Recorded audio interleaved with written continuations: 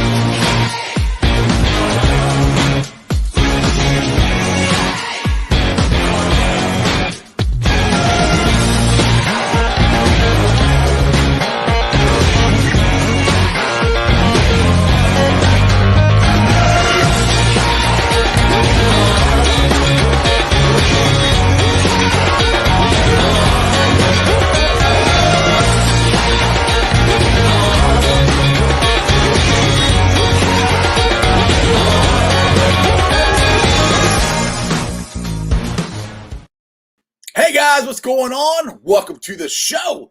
This is Sports with Strawberry Ice. I'm your host, the Iceman, Jeff Trunapole. And as always, I'm bringing you sports from a West Side point of view right here in the great city of Cincinnati, Ohio, home of the Cincinnati Reds, who hope to God they get a bullpen, but we'll get to that later.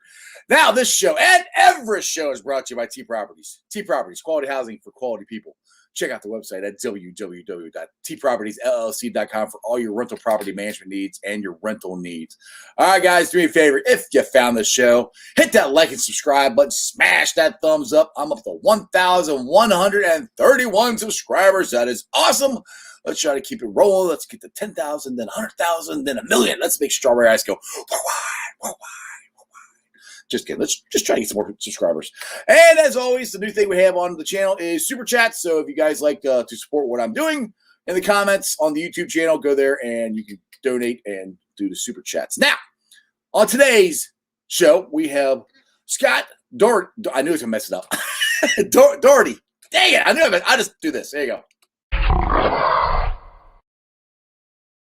I told you I'd mess it up. Hey, like I said, I've heard it so many ways, and it's fine. You're good, man. You're good. I rehearsed it like 5 times before we went on the air, and I still messed it up. Anyway, so Scott is he's a writer, or he writes. I'll put it that way. He's wrote burgeoning writer. Let's go with that. Burgeoning writer. There you go. He's wrote for Reddit, Defending the Draft, and he's going to possibly start writing for The Last Word on the NFL.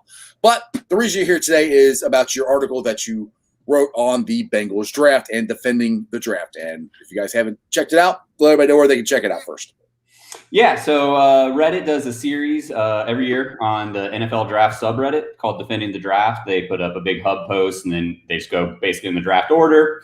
We get a representative from each team. They come in, write kind of their own article, however they want to do it. Basically, the whole point is, you're defending your team's draft. You're coming in, you're saying, justifying the picks, saying why I like them. So, borrowing from the Iceman, you put on your orange tinted sunglasses, you go in, and you justify it. But I think I did a good job. I like to think that there was a lot of good reasons the Bengals made the picks they did, and I'd love to discuss them and kind of see if you agree on some of these picks. Yeah, I mean, the biggest one, obviously, Chase. If you watch me, I was a team Chase guy all the way. Well, as soon as they signed Reap, I was got to preface it that way. And I love the idea of what not the idea, but what they did for trading back to get Jackson Carman, who's I think the guy they wanted anyway, because they were not looking for a tackle. They were looking for a guard. They had their tackles. They had Jonah and they had Reap, so they weren't looking for a tackle. They were looking for a guard. And to trade back, get that, and get 3 more picks as well. And I mean, I think they're quality guys they got. So I could be happier with the Bengals draft. I mean, again, I look at, like you said, I look at everything with orange sunglasses. But I mean, I think these guys are talented. I mean, I really do think. I mean, yeah, they would have got Sewell or somebody else at a tackle. Yeah, might have been a little better, but then you're going to kick Reef at guard. Reef's never actually played guard in the NFL, so I don't know if that would be a good move or not. And I think that's one of the things a lot of us fans, and I'm guilty of this. I'm not going to pretend to be an expert. I'm not going to pretend to, know this, but I think a lot of us kind of look at offensive line as plug and play. Yeah. And the best example for why that's not true, look at Fred Johnson. We brought him in a couple years ago. He filled in at tackle, and we were like, oh, my God, we might have had the tackle of the future. Look what happened when we had to plug him in at guard last year. I mean, turnstile, absolute turnstile. Yeah. So I think, talking about Carmen, one of the things that about that is when we were looking at that second-round pick after signing Reef, everyone's like, grab Tevin Jenkins, start him at guard. Grab Liam Eichenberg, start him at guard. Right. Why none of these guys profiled as a guard? Whereas Carmen, one of the points I made when I was writing this, Bob McGinn, great writer for The Athletic. He's been covering the NFL for 40 years now, and he's really plugged in with scouts. He talks to scouts every year, and his big thing for the draft is he does a scouts poll. Goes through, asks them, rank your top players every position. Who do you think is going to be a bust? Who do you think people are overhyping? It's all anonymous, so the scouts can kind of just offer what they want without, messing up their team's draft boards. Carmen was the number 2 rated offensive guard among scouts. There you go. Almost every single one of these scouts are like, hey, he's played tackle his whole career. His arms are a little short. Maybe can't handle speed rushers, but you plug him at guard and he's going to be great. Across the board. The only one they ranked higher than was Elijah Vera Tucker, who I think everybody recognizes is going to be the number 1 guard the whole draft offseason. Right. So I think Carmen got a little forgotten, but it's like, should he have been? Because it was all along, we should have seen the signs that, like you said, we were looking for a guard. Mm-hmm. Once we signed Reef, there was no way we were bringing him in after telling him right tackle and be like, nah, we're moving you to right guard. 32 years old. You've been in the league for 12 years. Switch positions. Right. Well, one thing gave Bengals fans hope is my man James Rapine from Locked On Bengals and Sports Illustrated actually asked him the question, would you be willing to play guard? He said yes. That's what opened the door for Bengals fans to go, okay, so if we get a tackle, then he can play guard. Well, just because he said he's willing to do it doesn't mean he can, because like you said, Fred Johnson, I think, should never play guard again. He's a tackle. Just because you play tackle doesn't mean you can play everywhere. Mm-hmm. No, it's some people are just because playing. This I think is the best analogy I've heard from the differentiate between playing tackle and playing guard. Playing tackle is like being in an open field. Playing guard is like being in a phone booth. You're such tight area. It's a lot. It's different movement. You have freedom of movement at left tackle. At guard, you got guys on either side, so it's a lot. Smaller steps, closer hand gestures. It's different. It's just a totally different technique. Well, the phone booth is perfect. I think it was week. Let's see. It was week 2 or 3. They tried Fred Johnson at guard, and I remember watching a clip after that where he goes to pivot and just steps on the tackle's foot. Yes. He's so used to having that step out available to him. And exactly. It's like, you can't have to worry about it. And especially somebody like Reef, it's one thing to take guys played 2-3 years of football and say, hey, we're gonna move you to the right side, or we're gonna move you inside, or whatever. Take guys been playing almost the same position. Like, I understand he's done left and right tackle, but he's been a tackle for over a decade. And you want him to all of a sudden on a new team, new offensive scheme, new everything, be like, also you're switching positions because you got this rookie who's also switching positions because Sewell was a left tackle moving to the right. Right. Exactly. LeVar here, he says that in the interview that Ace and Zim had with Fred Johnson, that Fred said he's too tall to play tackle.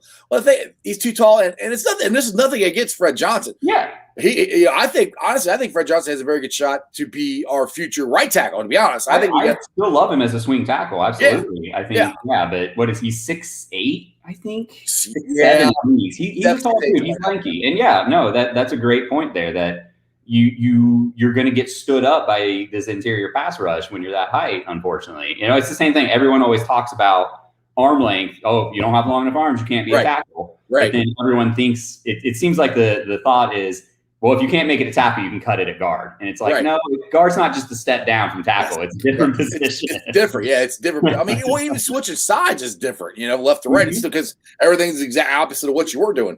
Oh, get a shout out here. Who's the guy that talks about it's like, try wiping your ass with the other hand and telling me switch sides. Exactly. I'll give a shout out here to my man Hank, who's giving me a $10 super chat. So, Hank, as always, brother, I appreciate you. You must have money to burn, but hopefully somebody else will step up and give me a super chat there, and Hank. But Hank, you rock. Let's get to his question here. He said, if you keep Carmen Jackson at guard, he'll become a top 10 guard in the league. I can't disagree, or I can't agree more.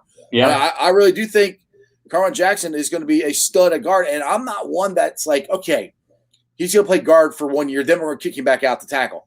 I don't believe that. I think he's going to stay at guard because I think the Bengals, from Fred Johnson to Deontay Smith to even Adeniji, I know people are like Adeniji, but he could be in the mix to potentially be the replacement for Reef if they don't re-sign him next year. So I think we got guys that are talented enough to come in at right tackle and take over and keep Jackson at guard. Yeah. No, I think Taylor, pretty recently they asked him about that, and he did, talk about how when they watched him on tape, they did see a tackle, a guy that can play tackle. And I agree. You watch his tape. I mean, he played left tackle for Clemson. He was trusted for Trevor Lawrence's blind side. So it's not like he can't. Right. I think what they see him as is an elite guard who can play tackle in a pinch. Yeah. And that's awesome. Look at Quentin Nelson with the Colts. Yep. Elite at his position, and then they had an emergency, had to throw him at tackle, and he did great. And I totally agree with you. Coming back though, we have options. I think Fred Johnson a couple years ago showed he can at worst be a solid swing tackle. Mm-hmm. And Deontay Smith that you brought up, that's another one. When I was writing this, Deontay Smith gains weight, he's going to be a starting tackle. He's already gained weight. He's up to like 311 now. He's gained like 20 pounds. Like, and he's got quick feet too, dude. He's got quick feet too. Mm-hmm. He's got quick. You look at his tape at the Senior Bowl. He looked great. Like he looked great. He has great footwork. He knows the position. He knows how to move. You give him a year with Pollock. You give him a year in that weight room. I would not be surprised at all to see him starting at right tackle next year. Yeah, honestly, that's who I really do think in my heart that is going to be our future right tackle. I really do think. And I'd never heard of him. I mean, I'm a Bearcat fan. We played East Carolina, but I didn't pay attention to East Carolina's. I'll tell you, a Bearcat fan, it broke my heart watching the draft when the Browns got James Hudson. Oh, God, I know. Hoping we would get him. Don't get me wrong, I am perfectly happy with Deontay. And but I think, man, Bill Callahan's going to turn Hudson into a great player, and that kind of makes me a little sad. I know. We can't get all the Bearcats, but I mean, speaking of the Bearcats, this is getting a little ahead of ourselves, but there's potential that in the 2022 draft that the Bearcats could have 3 or 4 first round picks, which would be a record. I mean, I don't know if they've ever had a first round pick, to be honest, in our history, and a chance to potentially maybe have 4. I mean, I know we don't have to stay out too long, but no, it's a good point, and it's crazy how quickly Fickle's turned that program around. And especially now they're talking about expanding the college football playoffs. I'd love to see what UC can do this year. If you want to talk about this, I'd love to get in this conversation. I've been wanting to get into this all week, but now look at it this way. One, it's great for Bearcat fans because you would actually have a legit shot to get in, and that's all we want. All Louis schools want a shot to get in this thing and prove. Which I mean, the Bearcats proved last year they could play with a team from the SEC. Georgia's no joke; they were a good team, and they played with them the whole time. So the other aspect is that it also helps the bigger conferences as well because let's say Ohio State, or just say Ohio State wins the Big Ten and Penn State loses again or whatever, or they can't get into the championship game. Well, with 12 teams, they could get voted in, so it gives them a chance because they can't beat Ohio State to get into this thing. So it's not only give an opportunity to little schools, but it also give an opportunity to schools in these bigger conferences who can't beat Alabama, can't beat, Ohio State. And the thing is, once you get into these playoffs, you never know what's going to happen. So that's right. why I'm No, go ahead. I was just going to say, I think you look at basketball with March Madness. Now, I do think that, college football is always going to be that a little bit top heavy. But every year in March Madness, you get a team that comes out of nowhere and wins a game unexpectedly. And then what always happens is 2-3 years later, they get better recruits. Because now people know them and know their name and wow, they did that. I might want to go play there instead of all going to the same school. So I think if nothing else, you start doing 12-team playoffs, and let's say UC comes in as an 8 seed and upsets an SEC team. Right. Now UC's recruiting better, and now maybe the playing field's a little more level the next season against an Alabama or an Ohio State. Because if you only have a 14 playoff, and you always know it's going to be Alabama, probably going to be Ohio State, probably going to be Clemson, and then you rotate a fourth team. Right. If you're a 5-star recruit, why are you not going to one of those 4 schools? Exactly. That's kind of been my point this whole time. It's like that's why they have to expand it, because they're all going to one place. But the thing, I'll get back to what you said about the college basketball team having a good year, and then they have better recruits. So that is exactly what happened to the Bearcats when Huggins came over. We had in '92, we had the Final Four run, and then after that, we had Danny Fortune and Damon Flint and Kenya Martin and all these guys. They weren't coming to Cincinnati before '92. Mm-hmm. So the '92 team, the Final Four team, shout out to my boy Terry Nelson, they're the ones that started all this. And that's how – but that's what you need. You need – and that's what's happening with the Bearcat football team right now. We played with Georgia. I mean, we're going to be in the top – I think we should top 10, I think, to begin the season, but we might be top 12. I don't know. We'll see. I mean, back to James Hudson. He doesn't get kicked out of that game. I think they win. Oh, dude. I mean, I can't remember the name of his backup, but, man, that was – he was awful, yeah. Like yeah. James Hudson getting injured got Azeez Ojulari drafted higher than he would have otherwise. Yeah. that changed the whole team. That changed the whole game. And I've told – because I get some Georgia fans on here that come in and still talk smack to me about it. I'm like, if he doesn't get thrown out of that game, they're like, oh, we had pressure on Ritter the whole time. I'm like, no, you didn't. Until he got thrown out, that's when you started getting pressure on Ritter. Before that, you weren't freaking touching him. Right. So that was a huge – and I agree with you. If he doesn't get thrown out, because we don't score that much in the second half. If he's there that whole second half, it's a totally different No, I totally agree. And honestly, Hudson probably gets drafted higher because he would have that pinnacle showcase game to go along with the rest of his tape. And he was that was just dumb. It was dumb. And honestly, I think you look at his career and he's never been that kind of player. I think it's just we all remember like AJ Green, Cortland Finnegan. Yeah. It was just a one-off moment that happened, and that's where I feel about Hudson. It happened. It was on one time. stage. One time it happened at the worst possible time. I remember I was at my parents' house watching the game with them. My dad and I are two huge Bearcat fans, and I'm going, what the hell was that? Why would you do that? So, wait, here's Doggy. He's always got I knew he'd comment. Hey, I mean, it was a tough loss for UC, but it's hard for me to ever dislike Georgia with all the wonderful players they've the Bengals over the years. Yeah, that's the thing. I respect the hell out of Georgia. Georgia's they got a great program, and that's and trust me, dude. I got the Georgia fire thrown at me, dude. When I was like, I think this is a winnable game, and they're like, oh my god, you think you could beat us? Like, yeah.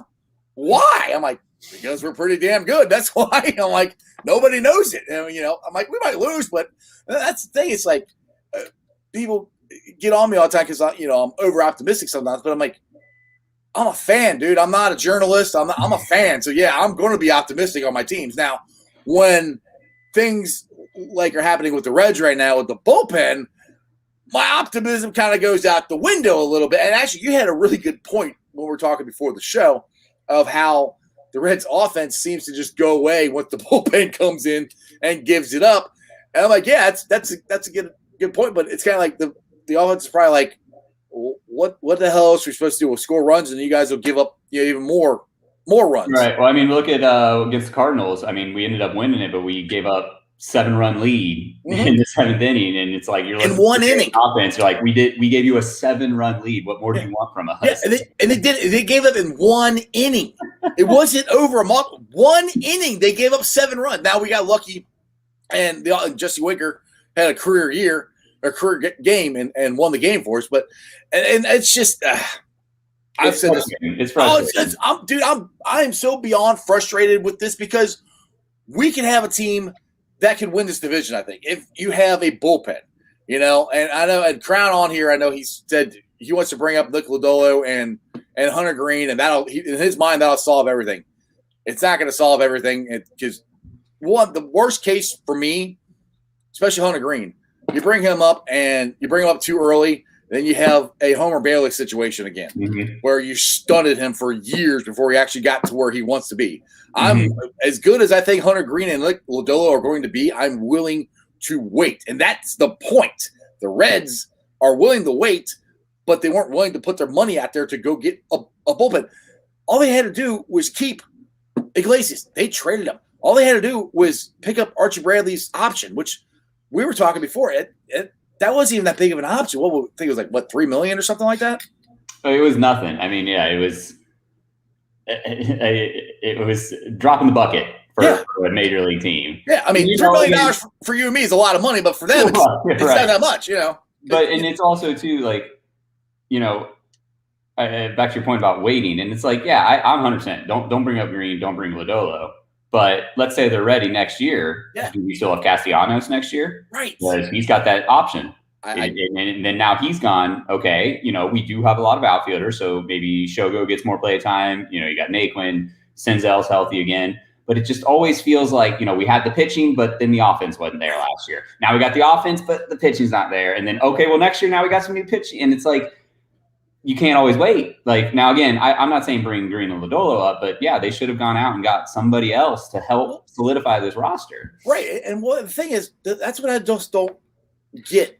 Like, 3 years ago, they started, I think he finally got sick and tired of rebuilding. He wanted to start doing something. Talk about Castellini.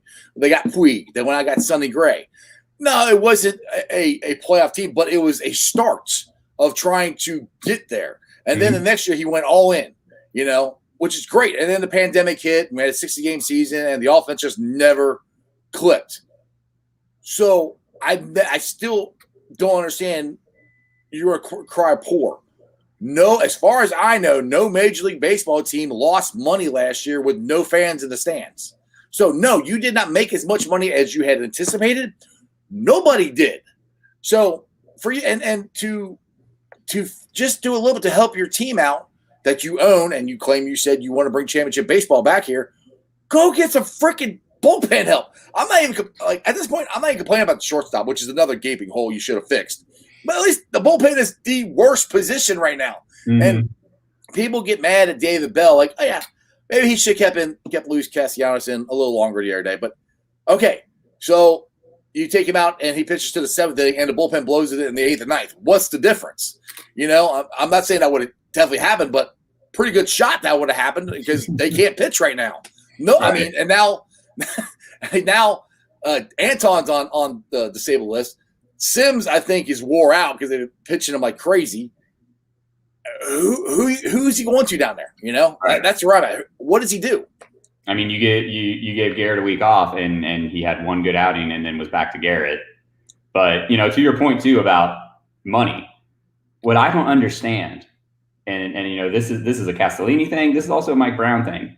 You know what is a good way to make money? Winning. Because winning brings fans. Like, look how many years has it been since the Reds were even top half in attendance? Because people don't want to watch the product after 20 years of no success. You start winning, guess what? You have full stadiums again. Right. Like, I don't understand why there always seems to be that disconnect with Cincy ownership. I mean, FCC, it seems like they've been spending, so maybe they'll be different. But both the Reds and Bengals, it's always been that way. It's the bare minimum field of team, and it's like, you do just a little bit more, and the fans are so hungry. Yes. Do you know, like, the first Cincy team to win a title is no one on that team will ever pay for a thing in this city the rest of their lives. Right. I mean, dude, we sold out the Coliseum down here for the 2 Kelly Cup championships that the Cyclones won. That's minor league hockey. And I love hockey, but most people around here don't give 2 craps about hockey. Right. What they won. I mean, to me, that should have shown you win, will show up. And I can't stand the Tweety Birds, but I respect the hell out of them, the way they run their organization, because they're always in contention every year. And that's where I thought they were, what Cassidy was doing these last couple of years. You mix and match, you pull this guy, you lose this guy, or you pick this guy back up, you do this to try to make sure that you at least have a contending ball club, which, quote unquote, yes, we have a contending ball club, but we have a huge gaping hole. I just don't get it. Hey, let's get into that. Hank's got our super chat here. Let's get into this. I appreciate it again, Hank. All right. All 3 wide receivers, the Bengals, go over 1,000 yards this year in a 17-game schedule. That isn't even 59 yards per game average. That should be no problem. Mm-hmm. That's the thing with that 17th game this year. There's gonna be a lot of records, a lot of passing records, a lot of rushing records. That's going down. No, and I mean, I certainly think it's possible. You saw T. Higgins almost hit 1,000 last year with 6 games without even Burrow. You had Tyler Boyd; it was over 800. So you plug Burrow in, both of them clear 1,000 easily. Yeah, there's 2 right there. And yeah, you add in the 17th game. I mean, I haven't statted out fully to say this is what I think it is, but I think it's perfectly reasonable to expect Burrow to be in the 4,500 yard range. I mean, he was almost on pace for that last year in a 16 game season as a rookie. So if you're looking at putting 4,500 yards, that still leaves another 1,600 to distribute to tight ends, running backs. I'd say the one thing that maybe would make me say maybe not all 3 is how much do they use the running backs in the receiving game this year? right. It sounds like with Bernard being gone, they want to start getting the ball to Mixon more. And to me, I think Mixon can be an elite dynamic option out of the backfield if they give him that chance. So, if he gets up in the, let's say, 500-yard range, then I could say maybe, like we get 2 wide receivers over 1,000 and 1 over 800, 900. But yeah, I certainly think with that extra game, all 3 getting there is well within the realm of possibility. Exactly. I got to plug my computer in. It's about to die. 1 second here. There you go. That's better. It was telling me it's getting low. I'm like, oh, crap. I meant to plug that in before I started. But yeah, I mean, the thing is, too, is you're talking about the running backs. I also think the tight ends. I mean, if you look at the first, I know CJ only played 2 games, I think, before he got hurt. Game and a half, rarely. Yeah, but that game and a half, Burrow was using him a lot. And look at all the targets that Sample got. So Burrow, if you're open, he's going to throw you the ball. He doesn't care who he throws it to. I know him and Chase are boys. But if Chase ain't open, he's not going to throw it to him. And everybody keeps talking about Chase, and I love Chase, but don't sleep on T. He's going to have a really good year this year too. So here's my bold prediction: T outperforms Chase in Chase's rookie year. That's that's not. I don't think that's too far off because I mean, I think Chase is going to what Chase is going to do for this offense. He's going to have great stats, for a rookie. But I don't think he's not going to have the year Justin Jefferson had last year. I think that's some fans are like, well, he's better than Jefferson. He's going to put up 15. I think we have too much talent. We have too much talent, and he's going to draw so much attention. And Burrow, like you said, Burrow doesn't care. He's going to go to who's open. So if they want to put double on Chase because they're afraid of him getting over the top, he'll throw to T. He'll throw underneath the Boyd all day. But that's the thing too. That's the cool thing about this offense is it's going to be really hard to double team people. They can spread you out. And they go 4 wide. They might be able to go 5 wide sometime too.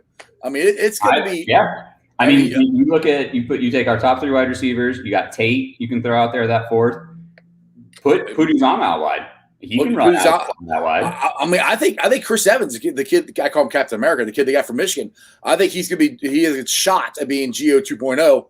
You can put him out there too, and he can run a slant for you. So he came into college as a receiver and then moved into running back. Absolutely. He was one of those later picks. I think should get a little bit more of attention because you have Bernard being gone. Obviously, Mixon's going to get a lot of that passing work, but it's not going to be all him. And then Travion Williams and Samaje Perine, if they both make the teams, I don't know if Travion Williams even makes the team. Neither of them offer you anything in the passing game. So they're going to realize pretty quick that Evans is useful. Like put him out of the backfield, break him out wide, get him the ball in space. Same for if Puka Williams makes the team. Great player in space. I think if Puka makes it, he's going to be more of a special teams guy. He's got to contribute on special teams. He should be the punt returner, I think. I think it's him or Darius Phillips. I wouldn't mind. But the thing is, they also signed Trent Taylor from the 49ers. So I know you mentioned wanting Darius Phillips the other day when he's talking to Jay Morrison. Yeah. I don't disagree that Phillips would be great at it. I am so terrified of more injuries in the secondary that it's like, please don't put Phillips in any kind of risky position. Yeah. Well, like Jay Moore said, and I forgot about it, I got Trent Taylor they just signed. There's a good shot that he could be the punt return because that's what he did. He looked great as a rookie until the injury set in. So if he's healthy, I don't disagree. Right. I don't get this super chat. Hank, again, you must have money to burn, Hank, but I appreciate it. I really do appreciate it. I really do. The offense is going to get a lot more plays with an improved D. Our run D is greatly improved as well. That's the thing I was talking about. I can't remember who I say it with this week, but it was yesterday with Evan McPhillips. With this, as good as this offense is going to be, all we need is an average defense, an average offensive line. And that, to me, that takes the pressure off of these guys. You know, I don't think they're coming in going, oh my goodness, we got to do good. We got to do this. It's all on us. They can come in more relaxed because they know this offense is going to kick ass. So you never know. And this team is reminding me a lot of the 05 team. It was Carson Palmer's second year starting, it was his third year in the league, but this is Joe Burrow's second year in the league and starting. The offense is more talented than the defense, just like in 05, but that defense was very opportunistic, and they were just good enough to win games. That's where I think we're at here. I think these teams, I think the 05 team and the 2021 team, I think they're very comparable.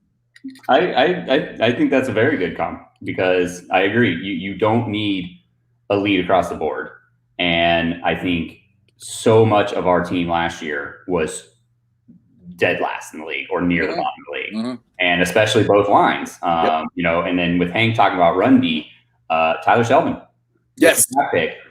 Mammoth of a man. And you put him next to Reeder. I mean, last year, Reeder was injured. Gio played a little bit, was injured. Rennell Wren was injured. Josh Tupou was injured. We were playing third and fourth string guys. And then, you to put that guy in the middle right there, you tell me teams are going to be able to run on that like they did last year. So don't forget, you also got Ogunjobi, who's going to actually get to play his three technique that he's been dying to play. Ogunjobi, and I think you also have Wyatt Hubert and Cam Sample. Both of them can kick inside. I think Osai is definitely that Lawson mold, get him outside, get the bend. Sample, I think you look at pass rushing downs, I think you put Sample and Hubbard, have them kick inside for that interior pass rush. That's going to be great. Let Osai and Hendrickson handle that outside rush. I think both of them can bull rush right up the middle real well. Well, the thing is, too, and this is something that Evan said yesterday, is Hendrickson benefit a lot on other guys getting the pressure and him, finishing the sack off. Well, I think we have enough talent this year to actually for that to work out good, because I think Lawson last year was more of the pressure guy, and nobody could actually finish the sack. I mean, Hubbard might have been, but he had an injury-filled season. So I think that's what's going to work out good. Where Henderson, I think, is going to fit in perfectly as far as finishing the sacks off with like you said, Hubbard and Osai and Sample coming in here. They can get the pressures. Hendrickson can finish it off. If you get any kind, I'll take any kind of pressure on the quarterback this year compared to last year. I mean, we had none. We literally had none. I mean, those guys. Two, it wasn't even just like the Lawson was the only one getting pressure on the outside. But I think one of the big things, you go back and watch the tape, you had Hubbard and Lawson kind of coming around the edge. Every quarterback was able to just step right up in the pocket because there was nothing up the middle. Yes. In the middle collapsed on every play. So if we can just get a modicum of pressure in the middle and force him to stay in the pocket, we'll get home eventually. I mean, so I think Ogunjobi and Sample and all those guys that healthy DJ Reeder. So we finally have some interior pressure. That's going to make a massive difference on it. Well, that was a huge loss last year because I could not. I was so excited to see Reeder and Mike Daniels and who else am I missing here? The three guys. Gino. Thank you, Gino. I don't know how I forgot about Gino, but I was excited to see that rotation of those guys in there. And not one game, no game last year were those guys, all three of them, healthy at the same time. None of them. There wasn't a single game. Now we've got four guys this year, and I'm still holding out hope that we'll get Gino back, at least for hopefully he can finish his career out here. He doesn't have to move, just stay here and be the three technique with his boy Ogunjobi. But that's what I'm hoping. That's what we were hoping for last year, and we didn't get it last year, but hopefully we'll get it this year. And they got to stay away from the injuries. I mean, they had so many injuries the last couple of years. It's been ridiculous. I don't understand how one team can get so many damn injuries. Right. Well, and it always seems like it's injuries at the key position. 2 years ago, left tackle. Last year, quarterback. It's always like the marquee positions we can't seem to keep healthy. And I'm with you though that if they can't stay healthy, we're going to see the same results. There's only so much you can do with backups. Well, hopefully that's the thing is hopefully they're deep enough now because I think this is one of the more deep teams that Zach has had since he's been here. Mm-hmm. So hopefully that'll help. I do agree. I think the theme of this year's draft was obviously trenches. Yes. We had after the first pick, it was 5 straight picks in the trenches. Yeah. But I think the theme also was depth. You saw triple dipping on the D line. Yep. You saw going for Trey Hill in the 6th round to beef up that interior depth. So as long as we, like you said earlier, we don't need to be great at the offensive line. We don't need to be great on defense. We need to be good, average to below average, and that's going to be perfectly fine. Yeah. Well, I mean, we got to keep Joe Burrow upright, which I really don't think that's going to be a problem. I'm very happy with this offensive line, and people always bang on the Bengals saying they don't, spend any draft picks on the offensive line. If Billy Price is your center, there's 3 first-round picks on this offensive line. So don't give me this crap that they don't try to fix the offensive line. They've tried. They've swung and missed, but they've tried. And that's one thing where I try to defend the Bengals on that. Now, everybody knows they completely screwed up by letting Whitworth go. That was the dumbest thing ever. I can't defend them on that. That was stupid. And they've been trying to recover from it since then, and they've been trying. But, Hank. Well, go ahead. Hank's back again. What's up, Hank? All right. Thanks for the $5 super chat, brother. What's the word on Osai? How much of an impact are they expecting? Mm-hmm. So I think Osai, what you should expect is exactly what we got out of Carl Lawson rookie year. I think Osai is going to mainly play on 3rd downs. Mm-hmm. He does need to bulk up. He's only about he's 6'6", 250. Right. So he's not a huge dude. He's not a bull rusher. He's not a power guy. He's not. Lawson wasn't tall either. Right. And he's not really a set the edge kind of guy like in the run game. What he is hyper athletic and is a great pass rusher. He has great technique, has good speed, good movement. So I think what you're going to see is exactly what you saw with Lawson, where not much run 1st and 2nd down, but almost every 3rd down, bring in a package with him and let him go. And, Lawson put up, 8 sacks his rookie year? 8.5, I think it was. Something like that, probably. I don't know. He was 2nd on the team in sacks, and I think that's absolutely what you could expect this year. I could see Osai definitely in that 6, 8, 9 sack range, mainly playing on those 3rd downs, mainly as that pass rush specialist, while you see, Hubbard and Hendrickson as the more normal package downs. I even think you see him pass rush standing up quite a bit this year, have him come off the edge, have him come from a linebacker position, because he did that a lot at Texas. That's one thing I always call Lou. I call him Armadillo until the defense starts getting better. I'll pronounce his name right. But I'm actually starting to understand a little bit more of what he's trying to do. And he's trying to have a morphing defense. He wants to do what the Patriots have done, which I think is great, is whatever that team does good, take that away from him. So he needs guys who can do multiple things. And when you had Marvin's guys, Carlos Dunlap, he put his hand on the ground and he rushed the quarterback. That's what he did.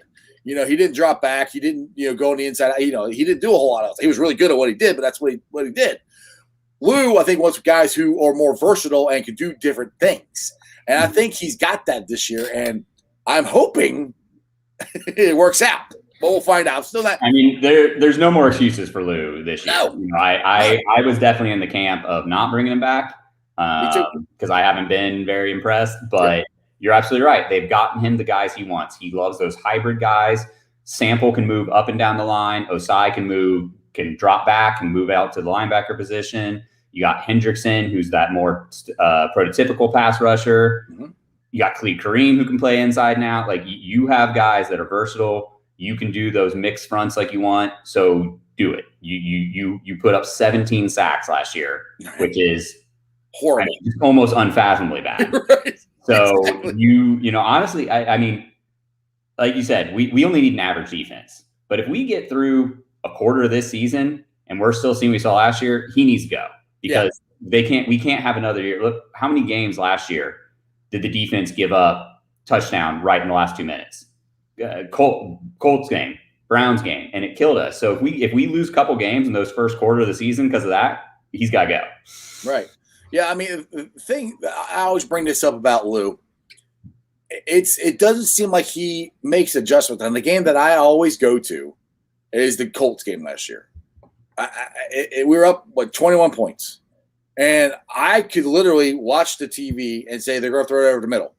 They're going to throw it over the middle, and they kept throwing it over the middle, and there was not a Bengal within 5 yards of them. I'm looking at my dad going, if I could see that, why can't Lou see that? Why, right. and to watch the cornerbacks constantly back off, that drives me nuts. Literally, they'll back off a couple times. I didn't see them in the TV screen before they hike the ball. Like, what kind of defense is that? All they got to do is take a 5-step drop, turn, catch the ball, and they're taking off on a slant. You mean you don't like prevent defense in the second quarter? No, I don't like prevent defense at all. All it does is prevent you from winning. Right. No, 100% agree. And to your point about Lou not adjusting, I think in addition to not being an in-game adjuster, he is one of those defensive coordinators that wants players to fit his system instead of modifying his system to players. Now, and I think there is value in that. And like you said, we've gone out and gotten him those players these last couple of years. But I feel like he tried to transition that too fast. And it's like, you kind of need to edge it in. If you have these players that fit this system and you want to do this other system, you can't just come in day one and say, this is what we're doing, because it's not going to work. Right. And I think he was just so insistent that his system would click eventually and was not willing to try anything else. Yeah. That's the thing is that's kind of what you're saying too. I have a hard time with sometimes he doesn't put his players in the best position to succeed. Like you just said, we do it this way, or we have to do it this way. Like dropping Carl Lawson and Carlos Dunlap, just dropping them back in general is odd. It's why? I'm not a defensive coordinator, but they've never done that, especially Carlos Dunlap. He's never done that in his whole NFL career. Why is he doing that now? It just well, and it's just also too, it's one thing if I can understand kind of the idea of fooling the quarterback when to put out those different fronts, but we were getting so little pressure, and Dunlap was one of the only people getting any pressure, and you want him to cover, right? It doesn't make any sense. If it works, it would work out great, like you said. If he's got guys standing up, and then you don't know if they're coming or going, or that would be fine. But we weren't there. We weren't there at all. If we see a defensive lineup this year, and it's Tyler Shelton's got his hand down, everyone else is standing up. Yeah, I don't care. That's fine. Yeah, that's as long fine. as it gets pressure, I don't give a crap what the pre-snap looks like, as long as they're getting after the quarterback. I don't care. Right. Yeah. Gotta say what's up to my boy Bengal Jim. What's up, Jimmy? Actually, since he's on here, I want to do this real quick because I try to do this every show, and it'll be a week out tomorrow. So a week from tomorrow, we will be doing Jungle to the Hall. So as always, we need to try to get every single Bengal fan there that we can. It starts at 10 a.m. at Madison High School. I know that's early. I know it's all the way up there on Saturday morning. If you can't make it, then please at least make it for the 1 to 3 o'clock rally. That is where we need you guys the most. You got to try to get Ken Riley and Ken Anderson into the Hall of Fame. If you have not registered, please go to Bengal Jim's Twitter, and he's got a pin to the top. Go there, register, so we know how many people are coming. That would help us out a lot, and this is going to be a once-in-a-lifetime thing. If you're big in the Bengals, you really want Ken Anderson and Ken Riley into the Hall of Fame, show up. You get to see Madison High School, where Paul Brown started coaching. You get a tour of the Hall of Fame. Then afterwards, we're going to a brew house and having some food and drinks and have a good time. I am literally pushing my vacation back to do this. So if I can do that, then you guys can show up. So I just always like putting that out there. It's a great plug because it's a travesty that Ken Anderson and Ken Riley are not in the Hall of Fame. And, in a few years, I hope we're not saying the same thing about Willie Anderson, because that's the next one. The lack of attention he's gotten is ridiculous as well. That's the next one. Ken Riley, and I've said this a million times, he's still sixth in all-time interceptions to this day. He retired in 1983. Everybody above him and everybody below him is in the Hall of Fame except him. You had Mel Blunt the other day talking about how ridiculous it was that he isn't in the Hall of Fame. Right. The players at the position recognize he should be there. Yes.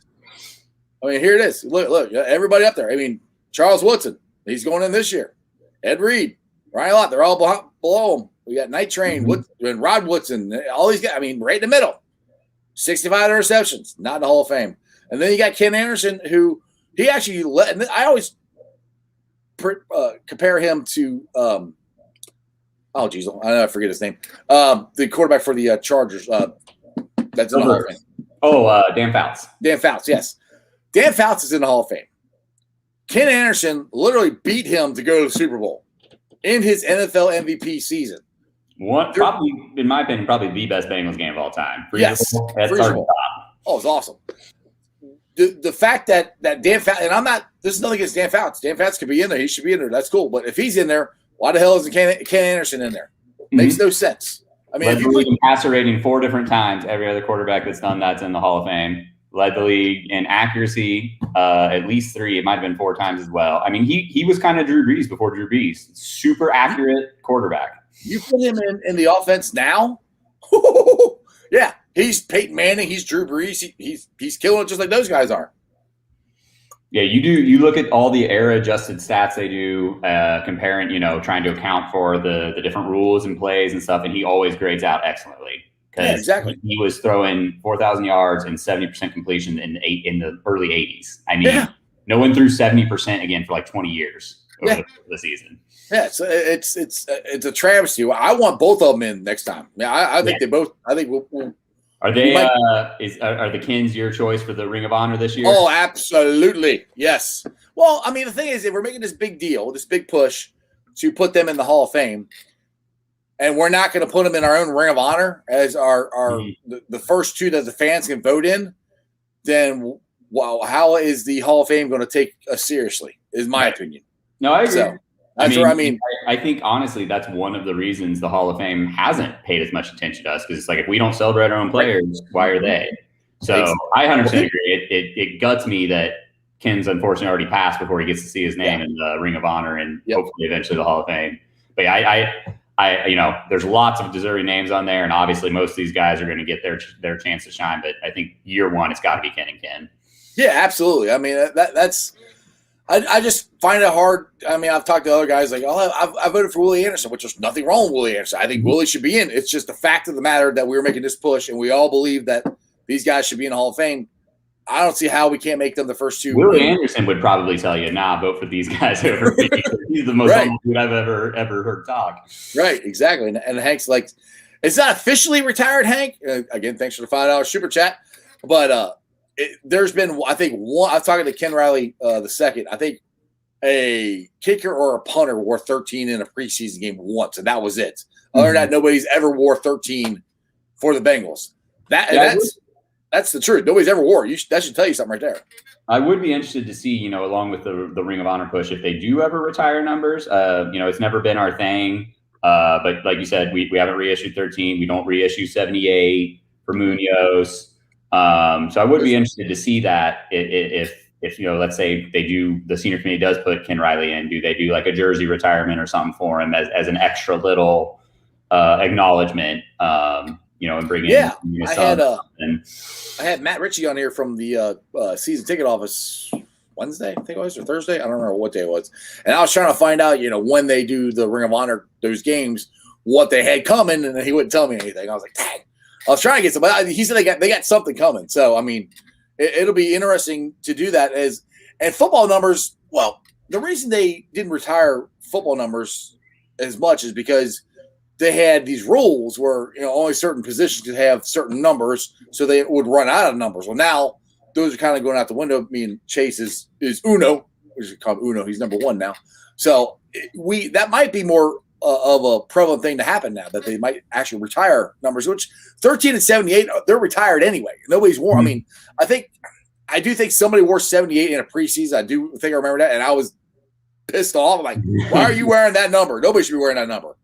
So I those 2 for sure should be retired officially, because nobody's wearing them. Nobody's ever going to wear those numbers again. Yeah. No, I if they don't want to actually retire it, I do hope they maintain the soft retirement and don't issue them. And I'm assuming with the Ring of Honor, we'll get to see the 13 up on the wall once Ken Riley's name's up there, kind of like how the Reds have it. And I just think people need to know what that number is and who it represents and associate it with that. Yeah, and that's why if you watch the beginning of my show, most of the time it's my Ken Riley intro, highlights of him. because I want to get it out to you. What's that? He's got some good highlights. So. Oh yeah, I mean he's one of the best cornerbacks in NFL history, and I'm like, these young boys don't know who he is, and I'm trying to get out there. We had a really, really good cornerback in Ken Riley, and a really good dude too. Mm-hmm. So anyway, it's almost 6:30. Scott, I appreciate you coming on. This has been a blast. Tell everybody where they can follow you and what you got, because I know you got something possibly coming out on the last word for the NFL. Yeah. So you can find me on Reddit, Professor Berg. Don't ask. We'll get into that story next time. And then on Twitter, I'm Uber Scooter. And you can also find me on Last Word on NFL. Started writing for them. Should have my first article coming out soon. It's going to be a little profile on Chidobe Awuzie. Yeah, one of those new additions that I felt wasn't talked about enough. But thanks for having me on. Had a great time, man. Awesome, dude. We'll definitely have to do this again. And as always, Hooday. Hooday. All right, guys. I hope you guys didn't like that, Hank. Yeah, Hank, you're blowing it up, dude. I appreciate it. Let's get to the Facebook groups that lets me live stream, and I appreciate every single one of them on this Friday. Well, we got Hooday Nation. Wrong one there. Hooday Nation. Cincinnati Bengals, the jungle. Bengals Nation, Bengals Hooday Nation. Cincinnati Reds riding third, heading for home. Bearcat Country, the Ohio State Bucknuts. You got the Ice Bar. And then you can follow me on all my social media platforms, all under Sports with Strawberry Ice. I'm on Facebook, Twitter, Instagram, pretty much wherever you have your social media at. I'm there. The Twitter handle is at Jeff A. Trenopole. That's TRENNEPOHL. I'm also on TikTok. I'm an old guy doing TikToks. That handle is at Iceman90. Again, type in Sports with Strawberry Ice. You should be able to find it. I'll be pulling off the sound later on tonight. If you want to listen to what me and Scott had to say, which Scott was an awesome interview. I mean, you guys should definitely go check him out on The Last Word and on his article on Reddit. Like I said, pulling the sound off later on. Put up the podcast. I'm on BeatPod, Apple iTunes, Spotify, pretty much wherever you get your podcast.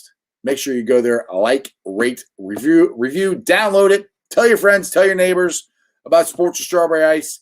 YouTubers are at 1,131 subscribers. That is awesome. Let's keep it rolling. Like I said, I'm shooting for moon. Let's get to 10,000. Let's try to get there as fast as we can. And other than that, as my man, Jeremy, D's Nuts, Dimebag Dean, would say, you don't live in Cleveland. You live in Cincinnati. So act like it. Hooday, and for the love of God, Bob, go get some bullpen. See ya!